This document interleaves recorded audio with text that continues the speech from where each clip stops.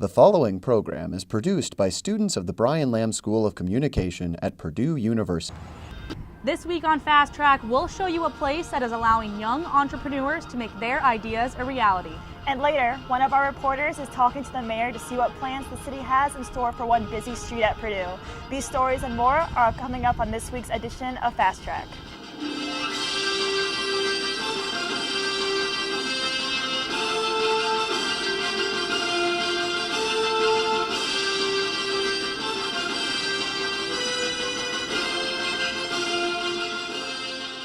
Thank you for tuning in to Fast Track. This week's show is coming to you from Discovery Park. I'm Liz Van Ostenburg. And I'm Island Sapahi. With a growing interest in entrepreneurship, Discovery Park is not the only place students are able to connect with like minds. Purdue University Anvil is a space that provides students with a place to explore their ideas. Reporter Rachel Bibler has the story. Located on Grant Street, the Anvil is a student-run co-working space at Purdue University. Since its inception in 2013, it operates as an innovative space to begin entrepreneurship opportunities in the West Lafayette community. The Anvil started about 2 years ago with some students who recognized the need for a space for people who were interested in innovation, entrepreneurship, and kind of working for themselves. It was started over in the past Purdue West, so it was a really terrible location, but we really quickly found out that we were completely validated in the needs of the Anvil because we had like 40 members in a place that didn't have sidewalks to it. So it was crazy. And since then we've moved to the church here, and we have shot up in membership. We're at 160 members. And we really just try to help people start things that they want to start, be innovative, be creative. Anvil members get 24/7 access to this space, as well as services by the WTM, Cleaner Perkins, Caulfield Buyers, and Matchbox's Ignite. My favorite part of the Anvil is probably establishing a personal network of basically all these really awesome people that are doing really awesome things, and that you can tell are going to be innovators in the future and are going to be leaders of the field. So establishing connections with all these people is something that's really awesome and really cool to have around here. To learn more about this creative space and opportunity, you can visit their website at anvilstartups.com or visit their social media account for more information.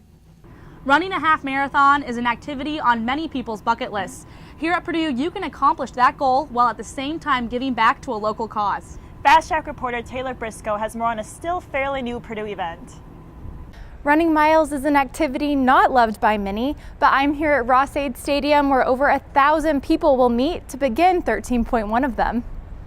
On October 17th, Purdue University will host its 4th annual Boilermaker Half Marathon.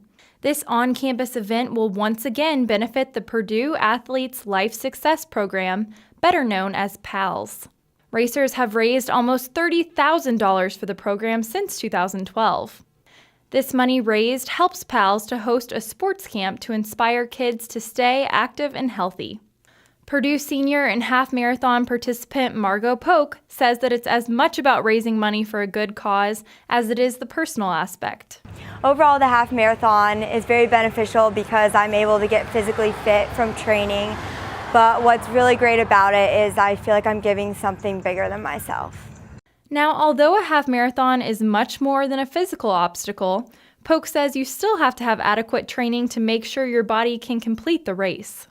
Polk finished as the second female overall with a time of 1 hour 35 minutes in 2013, so she knows a thing or two about preparing. As for training for the half marathon, I truly have learned that it's important to cross-train, so I typically will try and bike or do the elliptical at least 1 or 2 times a week, and then during the week I typically run 4 to 5 miles, and then I increase my mileage on the weekends.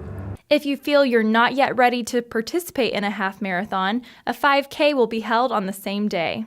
I wish all of the 5K and half marathoners luck on October 17th as they serve Purdue, PALS, and themselves. Reporting for Fast Track, I am Taylor Briscoe. Streaming music apps on cell phones is becoming more and more popular, but it has not taken over the old-fashioned radio dial. According to recent studies, traditional AM/FM radio is still the most popular way for students to listen to music, news, and talk shows. It's no surprise that when the radio was becoming popular, Purdue was the first to have a licensed radio station in the state of Indiana. Reporter Island Sapahi will show us more about this tucked-away radio station on campus. Just down the stairs in Elliott Hall, you may have passed by a sign with the letters WBAA. Behind its doors is one of Purdue's hidden gems. The WBAA radio station is the longest continuously operating radio station in Indiana, having been licensed on April 4th, 1922. Its long history is showcased within the studio to show how WBAA has evolved since the 1920s.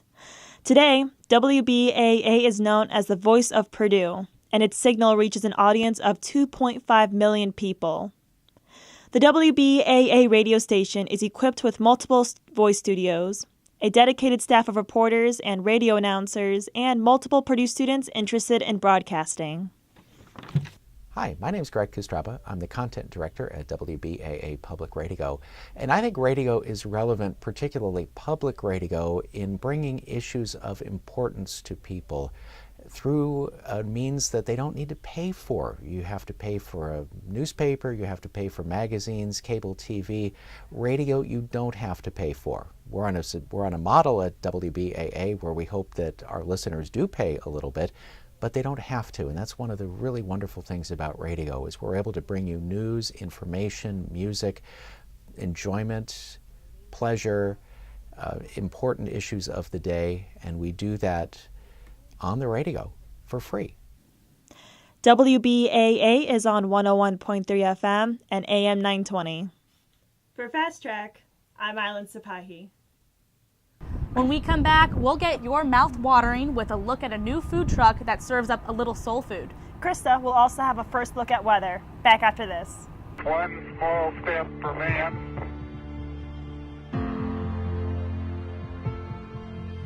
One giant leap for mankind.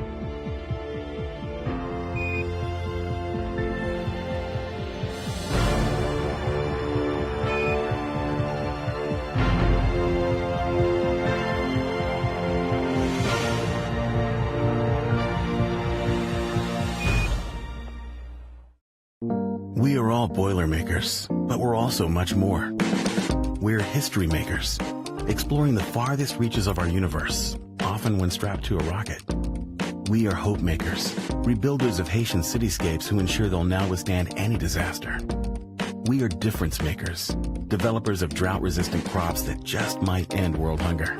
The fact is, what we make moves the world forward. We are Purdue, makers all. I am an American. I am an American. I am an American. I am an American. I am an American. That's the way most of us put it, just matter of factly. They're plain words, those four. You could write them on your thumbnail or sweep them across a bright autumn sky. But remember, too, that they are more than just words. They are a way of life.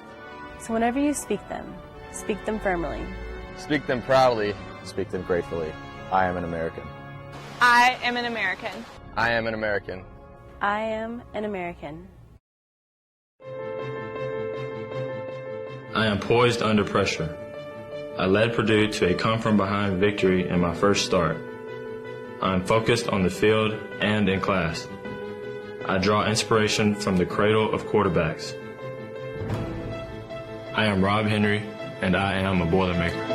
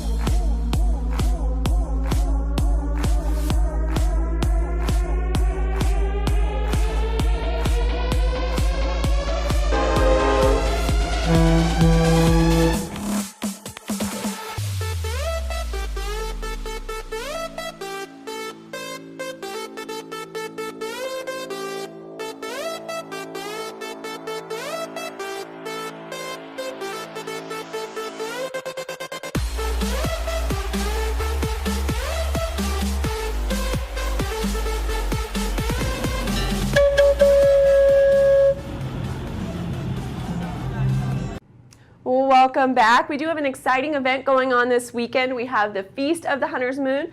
That's going to be out at Fort Weohton on this Saturday and Sunday. We're hoping the weather's going to cooperate, but we do still have the chance of some showers in the forecast. And temperatures, they've been feeling more like fall. We had been seeing above average temperatures.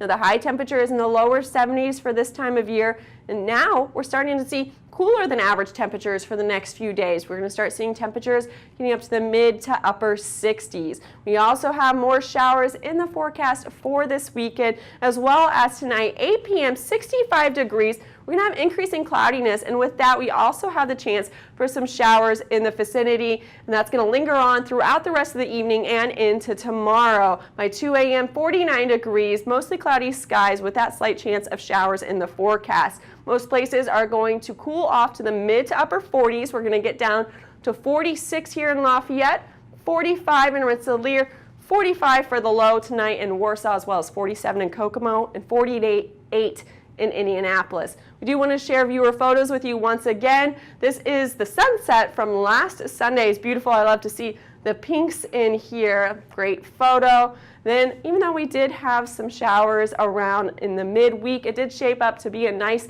sunny end to the week. This is taken from yesterday. Lots of blue skies, a bit of a breeze we can see here by the flag. Blue skies outside the fountain near Beering Hall as well, and outside Powell Hall. Lots of blue skies. I don't think, maybe just a few clouds in the picture. Overall, it shaped up to be a beautiful end to the week. Now, how long is this nice weather going to stick around, and when are you going to see even more showers in your 7-day forecast? I'll have those details coming up. Thanks, Krista. Now, who doesn't crave a grilled cheese overflowing with locally grown Munster and sharp cheddar? Food trucks have become a trend throughout the country that is now hitting Purdue. Our reporter, Julie Villanova, found one truck in particular that celebrates comfort food that feeds the soul. Whenever there's a crisis on Purdue's campus, you will find your emergency responders.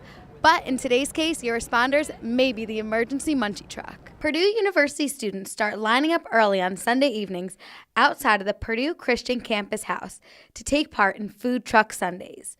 But there's one truck in particular that has students buzzing, and that is the emergency munchie truck. 4 years ago, owner Amber Davis noticed that there were no vegetarian options on campus. So she wanted to create a comfort food vegetarian truck that feeds the soul. The fact that it is a converted ambulance, I guess, is unique in itself. But everything is actually vegetarian that we serve.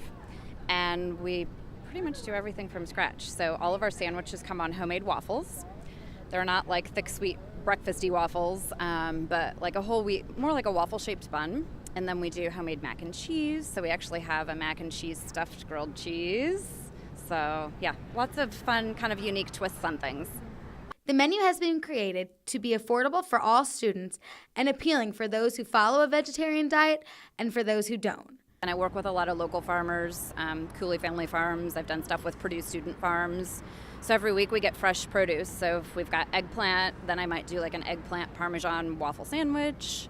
Last week we did a Brussels sprout slaw sandwich. So right now we're doing apple fries, which was really fun. Local orchard apples, so. Besides the seasonal options, Purdue students can always enjoy the classic G fries with special sauce and the grilled cheese and tomato on the homemade waffle. Purdue students love the convenience of the truck, especially on Sundays, so they don't have to worry about cooking and get prepared for their busy week ahead. Yeah, the food's really good, and then it's really just fun to have your friends come and eat dinner together. It's different. Yeah, and it's different food too than the dining court, so it's nice change. And plus, I don't have to cook because I'm in an apartment, so it's easy too. EMT is always on the move, so chase them down by following them on Facebook and Twitter to see where you can find them next. Treating your hunger with a fresh dose of comfort food? That's all we have for today. Reporting for Fast Track, I'm Julie Villanova. We're approaching the middle of football season here at Purdue. During the excitement, it is easy to forget that the weather has a big impact on game conditions for both players and fans. Severe weather can strike at any time during the year. Fast Track meteorologist Krista McEnany investigates the procedure that is taken when a severe weather event takes place at Ross-Ade Stadium. Well, football season is well underway here at Purdue University. While most people will be looking for severe hits that Purdue's defense will give opponents, it's always good to be aware of what you should do if severe weather hits at the stadium. Purdue Emergency Preparedness has you covered. If we see a system coming in, we'll make some announcements at the stadium, as well as put the system radar image up on Jumbotron, so people can start to get a better idea of what might be coming this way as we continue to track the weather. They spend the days prior to the game monitoring the weather. If severe weather is expected, the Emergency Preparedness Office meets with the Public Safety Department and other stadium officials to come up with a plan of action for keeping people informed and safe. With the number of folks that we have, we try to do advanced notification. So if we see that, we're going to start letting folks know that this is significant. If we see it's coming out of the Illinois area, we'll try to encourage folks to start paying more attention to it, maybe decide it's time to leave the stadium. They're also taking extra precautions by having students in the meteorology department help monitor wind speeds during the game. We're here to monitor everything with these kestrels here. Essentially, what we're doing is build an experience for ourselves when we graduate and get out of the workplace. While nothing can hamper a Boilermaker win over a Big Ten opponent, whether it's rain or shine, fan safety should be at the forefront of everyone's mind when it comes to severe weather. For Fast Track, I'm Krista McEnany. Aerials, kickflips, ollies, and flip tricks are all popular skateboarding moves that require hard work, talent, and something you might not realize: physics. A new exhibit sponsored by Purdue University at the Indiana State Museum in downtown Indianapolis explains how science is incorporated into skateboarding. Liz Van Ostenburg took a trip to Indy to learn more about this exhibit and work on her skateboarding moves. I'm here at the Indiana State Museum's newest exhibit, Rad Science, sponsored by Purdue University. Not only do you learn about physics, it's also pretty interactive. Every time someone makes a new move on their skateboard, they defy the laws of gravity and incorporate physics into creating a sick new trick. The Indiana State Museum recently opened a hot new exhibit that can make anyone an X Games caliber skateboarder. This is a really cool exhibit. It's been a lot of fun to work and watch the kids play on things. Even if you have never touched a skateboard before, Rad Science allows you to learn the balance of a board, see how a skateboard is made, and even practice your own skateboard moves. It's just pure fun. And the thing is, it's fun and you're learning something, but you don't think you're really learning as you're doing it, and then maybe walk away and go, oh, yeah, I never really thought of that. And we've found that out with a lot of skateboarders who come in and go, huh, I didn't realize that. They really don't think about the physics. They're too into doing the trick. Purdue is the top sponsor of the Rad Science exhibit, and being a university with a major science background, a lot of learning can be done in a subtle way. So are very great about getting the science of skateboarding and science in general out to younger kids and kids who are about ready to go to college. In this exhibit, they have different types of skateboards and how they have evolved throughout the years. They even have one of Tony Hawk's first boards. Using some of the most historical moments in skateboarding history, such as when Tony Hawk landed the 900 at the 1999 X Games, the Rad Science exhibit can explain how Hawk, who completed the once impossible move, did it with the help of physics and science. Never thought you would use science outside of school? Well, who knows? With the help of this exhibit, you could come out of here as a future Tony Hawk. Reporting for Fast Track, I'm Liz Van Ostenburg. When we come back, we have the first of our new travel series, One Tank Trips. But first, we'll tell you about some new initiatives that will change some busy streets at Purdue. Stay tuned. One small step for man.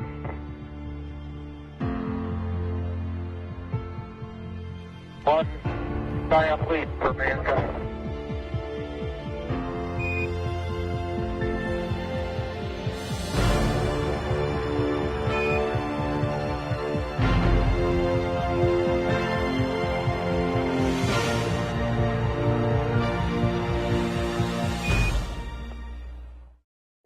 We are all Boilermakers, but we're also much more. We're history makers, exploring the farthest reaches of our universe, often when strapped to a rocket. We are hope makers, rebuilders of Haitian cityscapes who ensure they'll now withstand any disaster. We are difference makers, developers of drought-resistant crops that just might end world hunger. The fact is, what we make moves the world forward. We are Purdue, makers all. I am an American. I am an American. I am an American. I am an American. I am an American. That's the way most of us put it, just matter of factly. They're plain words, those four. You could write them on your thumbnail or sweep them across the bright autumn sky. But remember, too, that they are more than just words. They are a way of life. So whenever you speak them firmly. Speak them proudly. Speak them gratefully. I am an American. I am an American. I am an American. I am an American. I am poised under pressure. I led Purdue to a come-from-behind victory in my first start. I am focused on the field and in class. I draw inspiration from the cradle of quarterbacks. I am Rob Henry, and I am a Boilermaker.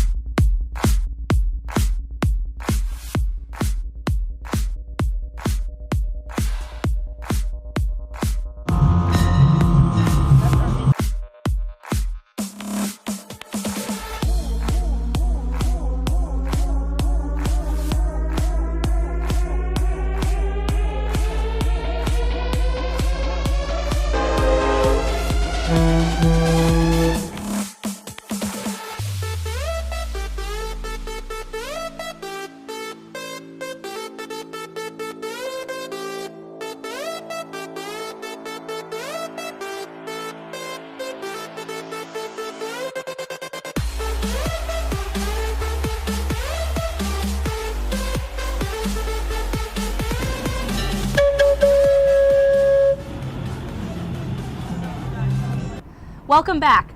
By the end of the 2015-2016 school year, you can expect to see some construction on State Street. A new project called Restate has big plans for the layout of this busy street. Reporter Spencer Huffmeyer sat down with the mayor of West Lafayette to learn more. Driving around campus is a student's worst nightmare. Receiving 7 last-place votes from the Big Ten, West Lafayette is rated the worst college town. The community and the students think it needs a little facelift. Reimagine, reinvest, and remake. Those adverbs are the motivation for Restate, West Lafayette's master plan to connect the two cities together with new sidewalks, bike trails, and alternative traffic patterns. Initially, in all honesty, like most ideas, this sort of started as a conversation on the back of a napkin at a lunch. Groundbreaking is scheduled for spring of 2016 and estimated completion in 2019. Our hope is to make sure that we have great connectivity between the two cities. The city of Lafayette and West Lafayette, over our history, have been very closely unified, separated. We want this to be a permanent link between the two cities. We want to improve commerce. We want to have a destination point for the city of West Lafayette. And we want to make sure that transportation can flow in and out of our university as safely and as efficiently as possible. During the midst of all the construction, Purdue will celebrate its 150-year anniversary with a substantial financial contribution to the Restate project. Now, obviously, this doesn't come for free. This is going to be a significant investment on the part of both Purdue University and the city of West Lafayette, and we're very grateful that Purdue is going to be loaning us some resources to make this happen. We couldn't do it without them. But the end result's going to be mutually beneficial. Focusing on multimodal types of transportation, it is the goal of the project to be able to hook up to any part of the city via the trail network. The mayor is excited to show people exactly what combining an engineering school with such an involved and excited community can do when they pool their resources and work together. For Fast Track, this is Spencer Huffmeyer. Escaping campus every now and then can be a nice way to get away from the rush of campus life. But with a tight budget, this can seem impossible at times. In this first segment of One Take Trips, reporter Beth Stanley will take us to a place not far off campus where students can get away for the day. On this week's edition of One Tank Trips, I'll be taking you out to the celery bog, where I was able to sit down with a former Purdue professor and hear about why this has become such an important place to him. I didn't have any idea that it was going to be so important to this segment of my life. Former Purdue professor Sam Postlewaite has lived in a community near the bog for 13 years and says that the Celery Bog Nature Preserve has become a huge part of his life. Here, he's able to keep up with his love of photography, teaching, and nature. Every Tuesday morning, he leads the community in a walk where he imparts some knowledge while also observing the ever-changing scenery. Tiny little frog that fit between your knuckles here. a little old green frog. I've got a picture of that. and it was found by a little old girl that was walking with us that day. The Nature Center and Celery Bog is open year-round, so whether you want to go for a hike or want to meet up with Sam for a Tuesday morning walk, there's something for everyone. Several fraternities, sororities, service groups that come out and help us with things like spreading mulch on the trails. And it's a fun activity for them to do, and they can do it pretty much on their own time schedule. The Celery Bog itself is just right off campus. You can get there by a free bus, bike, or even on less than 1 tank of gas. Since this area is about 1.5 miles from campus, there are paved trails where they can ride their bicycles here or walk here. There's also one of the city buses could drop you off right close to the entrance, right on Lindbergh Road. And no, you won't be seeing any celery while you're at the bog, but you might learn a little bit about how this place got its unique name. And one of the crops they grew was celery, and it was kind of a delicacy, and a lot of the stores in this part of the state wanted to purchase their celery, and so that's kind of, the name kind of stuck. So it was the Celery Bog. While Sam showed me around the bog, we talked about how important it is for students to take a break from their hectic schedules, slow down, and observe the world around them. But then as you walk in there, appreciate how incredible life itself is, and all of the things that are done, and yet they happen, and we take them for granted. Well, if you're looking for something to do this weekend or just want to get away from your apartment or your dorm room, come on down to the Celery Bog on Lindbergh Road. Reporting for Fast Track, I'm Beth Stan. So will this be a good weekend to go visit the Celery Bog? Let's pass it over to Krista for a final look at what we can expect in the forecast ahead. Krista? Well, thank you. We are going to see some increasing clouds as we head later into the night, as well as keeping the slight chance of showers around. As you may have noticed, it is pretty breezy outside. We have this east-northeast wind at 20 miles per hour, and we could be seeing wind gusts up to near 30 miles per hour. As well as a slight chance of showers, we're going to keep that at 20% tonight. At 8 p.m., we are going to have that slight chance of showers around. We're going to be at 56 degrees and then 49 degrees by 2 a.m. tomorrow morning. Most places are going to cool down to the mid to upper 40s. We're going to get down to 46 in Lafayette, 45 in Rensselaer, as well as 45 in Warsaw, 47 in Kokomo, and 48 for your low tonight in Indianapolis. In your day planner tomorrow, keeping that slight chance of showers around in the forecast. 8 a.m., 48 degrees, and then warming up to our high a bit early for tomorrow afternoon, 60 degrees by 2 p.m., then already cooling off by 4 p.m. at 59 degrees. Now highs tomorrow, we're going to see 60 degrees here in Lafayette, 59 in Rensselaer, getting up to 61 out here in Champaign, 58 in Warsaw, 59 in Kokomo, as well as 58 for the high tomorrow in Indianapolis. Now in your future radar, this is the NAM model at 8 p.m. tonight. I do think that this is a little bit overdone. I don't think we're going to see quite this much widespread of showers tonight, but we do have the chance of some showers in the area. By 2 a.m., still keeping that slight chance of showers in the vicinity, as well as by 8 a.m. tomorrow morning. It's really just looking to be like we do have a good chance. Not every backyard's going to get wet, but there will be some areas that are going to see a few showers. And something we are watching right now is Hurricane Joaquin. This was taken yesterday down in the Bahamas. Category 4 as of yesterday. Now they are still unsure of what the track of Hurricane Joaquin is going to be, but if it does head towards the coastline, towards North Carolina, as it had originally been projected a couple of days ago, we could be seeing some moisture here in Indiana due to this hurricane. But if it trends eastward, as the recent models have been trending, we would be less impacted by that. So that's something right now we're going to have to keep an eye on, as models are uncertain at this point. Saturday, high temperature of 60 degrees. Sunday, isolated showers in the forecast as well, a high of 66. By Monday, though, warming back up into the 70s and closer to the average, a high of 71. Plenty of sunshine by Tuesday, a high of 72. Then isolated showers return on Wednesday with a high of 74, as well as on Thursday with a high of 71. And then Friday, mostly cloudy skies, the high of 71. That's all we have for this week's edition of Fast Track. I'm Liz Van Ostenburg. And I'm Island Sapahi. Join us again next week as we take you through more stories on Purdue's campus. Have a great week.